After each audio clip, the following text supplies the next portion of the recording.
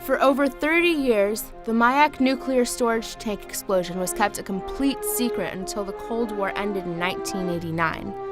The explosion took place over 30 years before Chernobyl, and up until that point was the largest nuclear disaster the world had ever seen, and nobody even knew about it.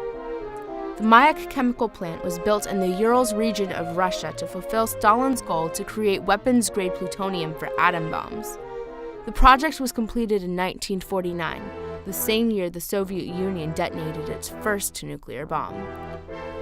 In 1957, a storage tank of highly radioactive nuclear waste exploded, exposing at least 217 towns and 272,000 people to chronic levels of radiation. Though this was only half the size of Chernobyl, the Mayak storage tank was not the only medium of radiation that the people of the Urals region were exposed to. Between the years of 1948 and 1956, radioactive waste was poured directly into the source of drinking water for many villages, the HTHMA River. This alone exposed another 124,000 people to dangerous levels of radiation. We no longer expect anything good out of life. When my village was moved away from the contaminated river, I came on a bulldozer to the clear banks. I drove through the river many times. In 1974, I started to feel I had problems. My bones started to bend and twist gradually. Nothing will come of the law to import nuclear waste for money. Somebody for sure will steal the money that will be paid, and we will continue to rot here. 50 years later, this region that contains both Mayak and the HTHMA River is one of the most radioactive places on Earth, and around 7,000 people still live in the area. I wish the general health of the children would be much better. More than half of them are ill and have to be monitored constantly by specialists. They have diseases of the nerve system and the heart, and they have speech problems and blood diseases. My daughter Regina was born with a very serious heart condition. She can suffocate because of it. She should not do any physical exercise at all. She already had one heart operation, an operation on the lung artery.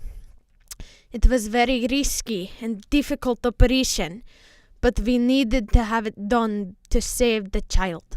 She is still not healthy. Even with the staggering evidence Russia is faced with, the government still continues to expose the area with nuclear radiation. Just recently, the Russian government passed legislation that would allow other countries to import nuclear waste to Mayak that would then stay at the plant forever. Countries that have considered taking advantage of this are Japan, South Korea, Taiwan, Bulgaria, Hungary, Switzerland, Germany, Spain, and our very own United States. Even though none of the countries that ship their nuclear waste to Mayak would allow the Mayak plant to continue operating on their soil, they insist upon dumping their nuclear waste there anyway, although it continues to endanger thousands of lives. To Mr. Kazyanov, Prime Minister of the Russian Federation, my name is Ramses Faizulin. I was born disabled. At present, I am 16, and, like any other boy of my age, I go to school. But I feel bad at school, because the boys are calling me bad names. I fall ill very often. It hurts to know that I am not like the others, and I want to be like the others. I want to look as good as they do.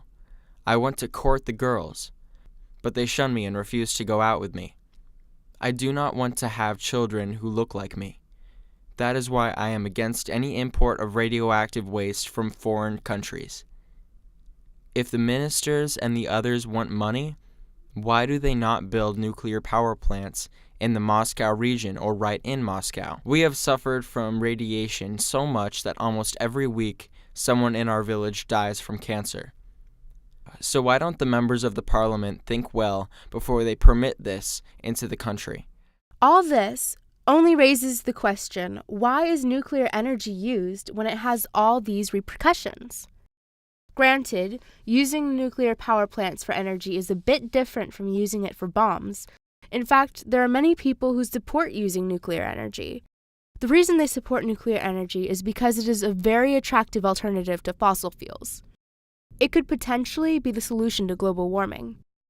This is because nuclear energy doesn't emit carbon. It is the nuclear fission between atoms that creates heat and therefore energy. As of today, there are only 3 solid solutions to this problem. The first is cooling pools. Cooling pools are large vats of boric acid, which helps absorb some of the radiation. There are problems with cooling pools, however. They are not a permanent storage space. If the cooling rods get too close to each other, the remaining nuclear fuel could go critical and a nuclear chain reaction could occur. Another solution to the problem of storage is dry cask storage. This puts waste in reinforced casks, sometimes by entombing it in concrete bunkers. Dry cask storage isn't a permanent solution to nuclear waste storage because there's only a limited amount of space. The final solution is to bury it underground. However, this can only be done with low-level nuclear waste that loses radiation after hundreds of years. It also can't be buried anywhere where there is flowing underground water nearby. Currently, there is a plan for the United States to store its nuclear waste in the Yucca Mountains in Nevada.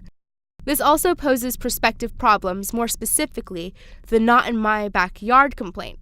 The people of Nevada are opposed to the idea of storing nuclear waste in their home, with good reason, as there are still the human health concerns to address. The people near the Yucca Mountains don't want what happened in Mayak and Chernobyl and countless other places of nuclear disaster to happen on their soil. So if you have the same concerns and believe that human life is more important than just one of the many forms of alternative energy, please help us bring this issue to light. One way to help is to contact the U.S. Department of Energy and state your opposition to the use of nuclear energy.